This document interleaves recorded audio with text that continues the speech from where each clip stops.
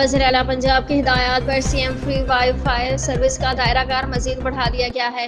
لاہور میں 230 سے بڑھا کر 430 مقامات پر فری وائی فائی سروس فراہم کرنے کی سیف سٹی کی جانب سے مفت انٹرنیٹ سروس کو پنجاب کے 11 اضلاع سے بڑھا کر 22 اضلاع تک فعال کر دیا گیا۔